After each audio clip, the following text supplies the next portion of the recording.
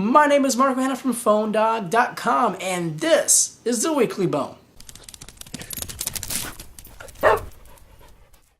The smartwatch concept has grown a lot of popularity over the past few years, and a lot of companies like Apple, Samsung, and other companies have expressed a lot of interest in the idea of having a smartwatch hooked up onto your wrist that's hooked up to your phone via Bluetooth, displaying information on a smaller display. We've heard whispered rumors about Google purchasing a company called Whim. It's a maker of smartwatches before, but the deal did take place in late 2012. One thing that we do know is Google has now admitted to buying the company Whim, which means they must be doing something with their resources because they did purchase them for their technologies. Whim already has a couple smartwatches on the market, so now we can expect to see some sort of Google-powered smartwatch in the market in either 2014 or even late 2013. Things we can really expect is the display to be small. It does have to fit on your wrist somehow. It also will be connecting to your Android smartphone via Bluetooth, so it will be very universal because all phones now basically have Bluetooth. They've had it for quite a while, so we could expect something from Google in the next few months. Sony's attempt of making a super camera phone competitor to the Lumia 1020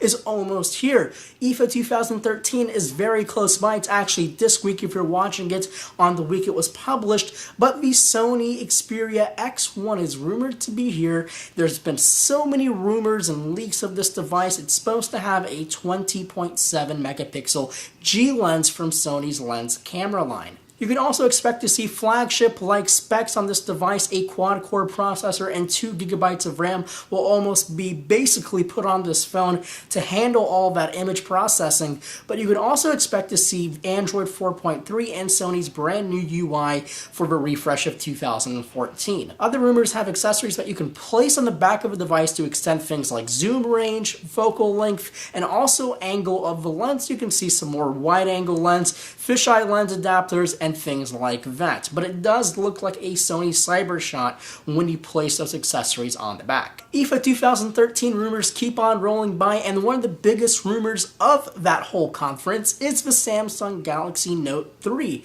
We've been talking about the Note 3 for quite some time.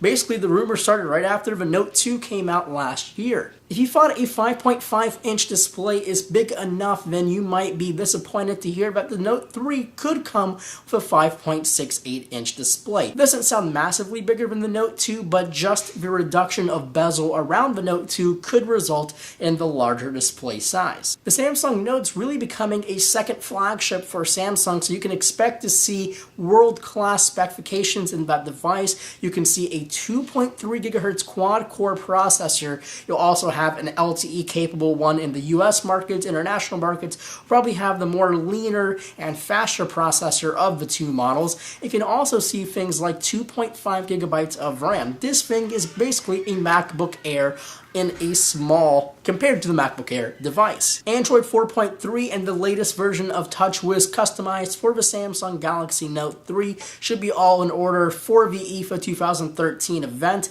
It is expected to be announced on Wednesday, September 4th, so be sure to keep it locked here at PhoneDog.com and YouTube.com/PhoneDog for hands-on and all the latest posts from IFA 2013. Well, that's all the time I have for this week's episode of The Weekly Bone. My name is Marco Hanna from PhoneDog.com. You can follow me on Twitter at PhoneDog_Marco, and I'll see you guys in the next video.